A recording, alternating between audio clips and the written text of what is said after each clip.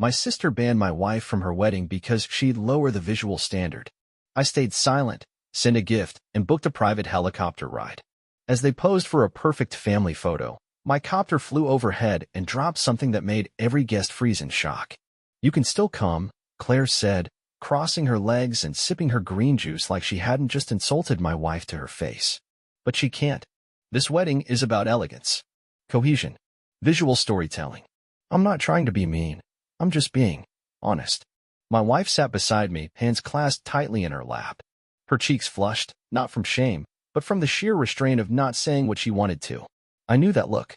I looked at Claire, my sister, the influencer, the perfectionist, the girl who thought she was curating a Vogue spread instead of getting married. "You're banning my wife," I said, my voice flat. Claire tilted her head, all faux innocence. "No, I'm editing the guest list." And just like that, she looked down at her phone, started scrolling through Pinterest boards again, and dismissed us both like background noise. My wife stood up first. "Let's go," she whispered. Her voice cracked a little, but her back was straight. Neither of us said another word. Not to Claire. Not to my mother, who had been sitting in the corner and said nothing during the whole thing. Not to my father, who was too busy looking at the guest seating chart to notice we were leaving. When we got to the car, I opened the door for her. She paused, looked at me, and said, "Don't make a scene, okay? I'm used to this." That broke something in me. I didn't argue. I just kissed her forehead and drove her home. That night, I RSVP'd. No, I sent a gift, an expensive one. No petty notes, no drama. And then I made a phone call. Booked a private helicopter ride over the vineyard wedding venue. Reserved the exact time the post-ceremony portraits were scheduled. Prepared a small, legal, unforgettable delivery. Because if my sister wanted a picture-perfect day without the visually unworthy, then fine.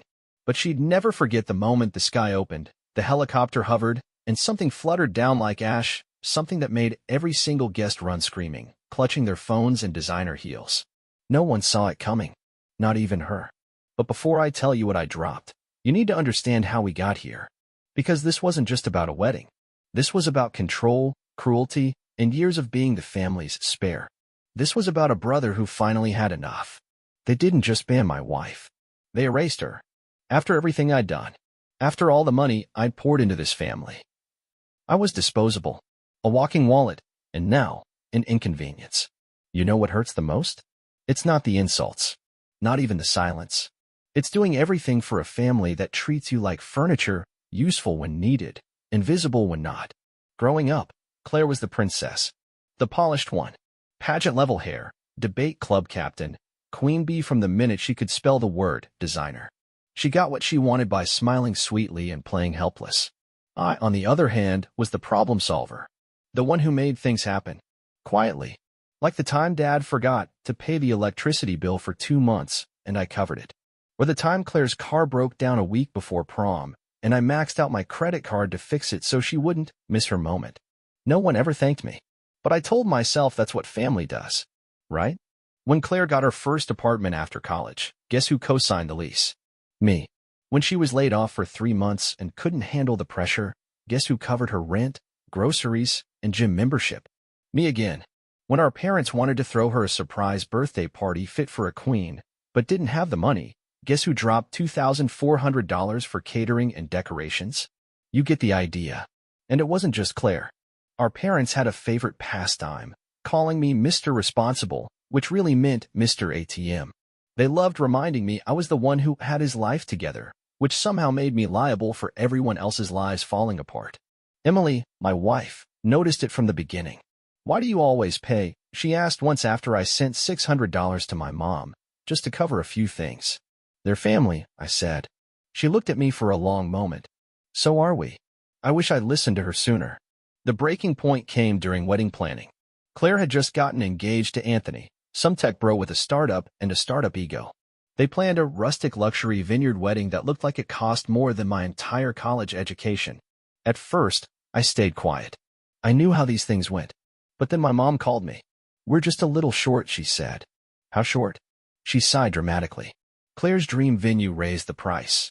"If you could help just this once." "How much?" "A few thousand," she said like it was nothing. "You know you always help out. And you make good money." I didn't say yes. But I didn't say no either. That was my mistake. Because the next day Claire texted me. Thanks for agreeing to chip in. The wine tasting package is going to be amazing. Wait, agreeing? I called her. Who told you I agreed to pay? She laughed. Oh, come on. Don't be stingy. It's your only sister's wedding. And don't act like you can't afford it. Didn't you just buy a new car? My chest tightened. Yeah, a car I needed. Because mine was dying. She rolled her eyes. I could hear it through the phone. God, you're such a buzzkill. I told her I hadn't agreed to pay anything. She said, fine, I'll ask Dad, and hung up on me. 3 days later, I found out from my aunt that Claire had restructured the budget, assuming I'd pay $5,000. And everyone knew it, including Emily, who hadn't even been invited to the wedding. When I confronted my parents, they were conveniently vague. Well, you've always helped, my dad said, as if that was a contract. Mom chimed in, don't ruin this for her. She deserves a perfect day. If Emily can't be a team player, maybe it's best she stays home. I stared at them. You're serious? They looked at each other, shrugged. You know how Claire is, my mom said, as if that excused everything. She's stressed, my dad added. Weddings bring out emotions. Emily was sitting on the couch when I came home. She had a glass of wine in her hand. Her eyes were red. She texted me, she said. I sat beside her. Claire. I nodded. She said I didn't belong, that I was a visual liability, that you'd come alone if you really cared about your family. My throat went dry. She said I make you look small. Emily turned to me. Her voice shook. Do I? Make you look small? That's when something inside me snapped. No, I said. They do. The next morning, I sent Claire a message. No drama. No emotion. We won't be attending. Hope it's everything you dreamed of. I also sent the gift she expected, a pricey espresso machine from her registry. And then, I booked the helicopter. But before I could feel good about it, the guilt storm rolled in. Mom called. Dad called. Claire messaged me in the group chat. Didn't expect you to be this petty. You've always been generous. Guess money changes people. Then came the text that broke the last string. Don't punish me because your wife doesn't measure up. I looked at that sentence for a long time. Claire hadn't just erased Emily. She spit on her. And they expected me to fund it. No more. I picked up my phone, called a private aviation company, and started planning the moment that would ruin her perfect day. Not with violence. Just the truth. Falling from the sky. In front of everyone she ever tried to impress. They said it was the most elegant wedding of the season, until the helicopter came. I was calm when I arrived. From the top of the hill, I could see the venue stretched out below like a Pinterest board brought to life. White canopy, rows of neatly placed chairs, a floral arch dripping with soft pinks and champagnes. The vineyard glistened behind them, golden in the afternoon sun. Everything looked perfect. Too perfect. Claire stood near the altar, her gown flowing like a bridal commercial. Her groom, Anthony, was beaming beside her. Guests sipped rose and posed for photos as a string quartet played something light and expensive sounding. Then came the sound. It started as a hum. Subtle. Curious. By the time the helicopter was directly above them, every head was turned to the sky. The string music stopped. The air shifted. What's going on? Someone shouted. Then, the drop. Hundreds of white cards fluttered down from the sky like snowflakes. At first, guests reached out, confused, thinking it was part of the wedding, until they flipped them over. On one side, a black and white portrait of Emily, my wife. Graceful, strong, honest. On the other side, the truth. A screenshot of Claire's message.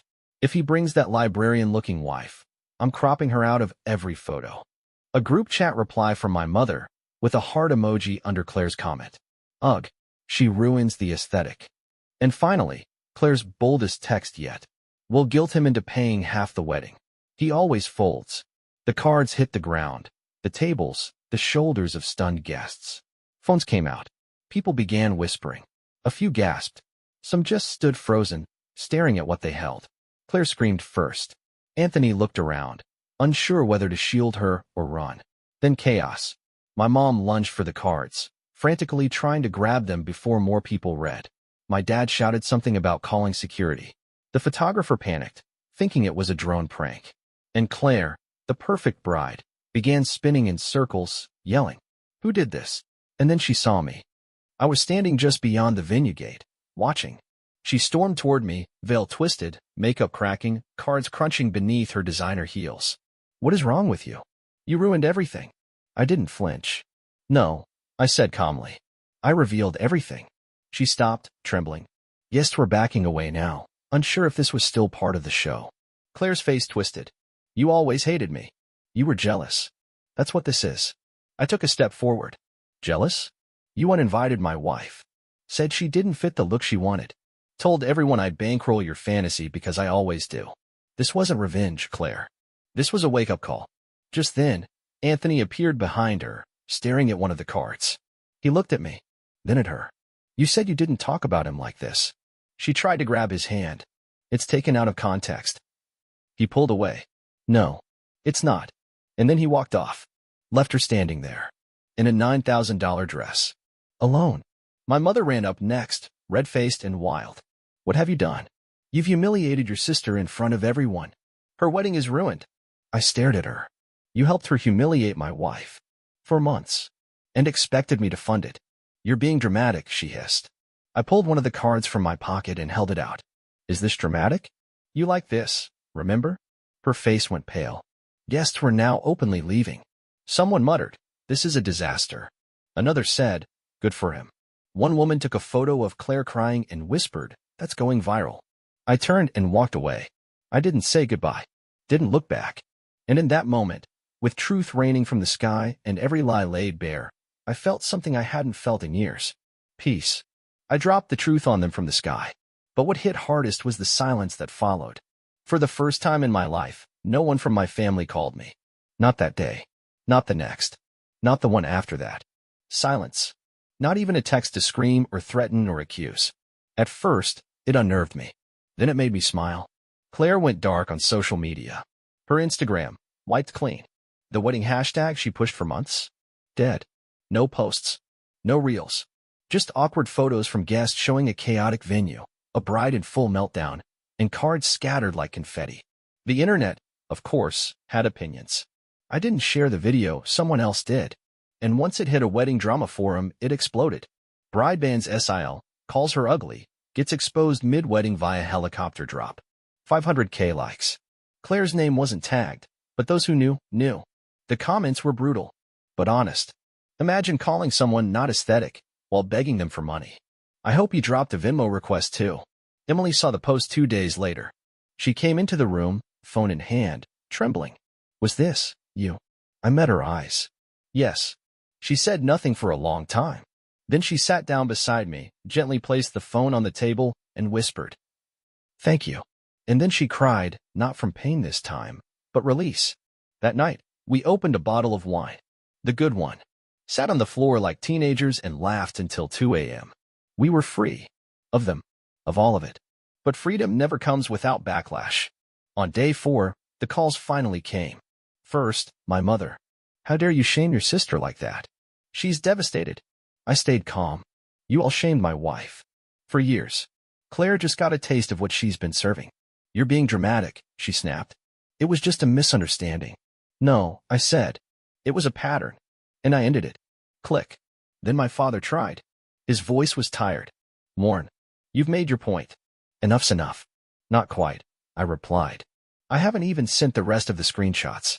He cursed under his breath, then said, so that's it? You're just done with us. I laughed softly. I've been done. You just didn't notice until the money stopped. Claire texted 2 days later. One line. You've ruined everything. I didn't reply. Instead, I forwarded her text to Emily with a laughing emoji. Emily replied. You ruined her branding. The weirdest part? Anthony reached out. Yes, the groom. Turns out, he moved out 3 days after the wedding. He messaged me on LinkedIn, of all places. I didn't know half of what she said behind my back. Thank you for showing me who I almost married. We met for coffee. He looked lighter. Relieved. I got lucky, he said. You took the hit so I didn't have to. As for me, I deleted the family group chat. Blocked every number except my grandmother's. She called me after seeing the video online. She was laughing so hard, she couldn't breathe. I always said that girl needed a lesson in humility. Did I go too far? I asked. She paused. You went high. They went low. You just flew over it all. I'm not angry anymore. Not even bitter. I'm just done. Done being the wallet. The scapegoat. The brother who always paid and never counted. Now? Emily and I are planning a trip. A real one. Not a fake wedding honeymoon. A 2-week escape to a quiet beach. No drama. No Claire. No aesthetic standards. Just peace. And maybe, if we pass over a vineyard, I'll look down and smile. Because somewhere down there, I left my past behind. And above it all, we flew. They said I destroyed the family. But the truth is, I just stopped financing the fantasy.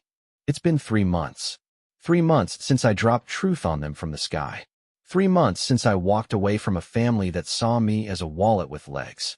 And I have no regrets. Not one. No more last-minute emergencies. No more, can you just cover this one thing? No more, you're the only one we can count on.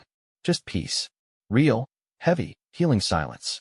Emily and I started a new life. We sleep in on Sundays. We cook together. We laugh again, really laugh. And when we fight, it's about dishes or movies, not about defending each other from my family's knives. That alone was worth everything. But I should have known it wouldn't end there. The call came on a Tuesday. Private number. I almost let it ring out. Almost. But something made me answer. Hello. It was Claire.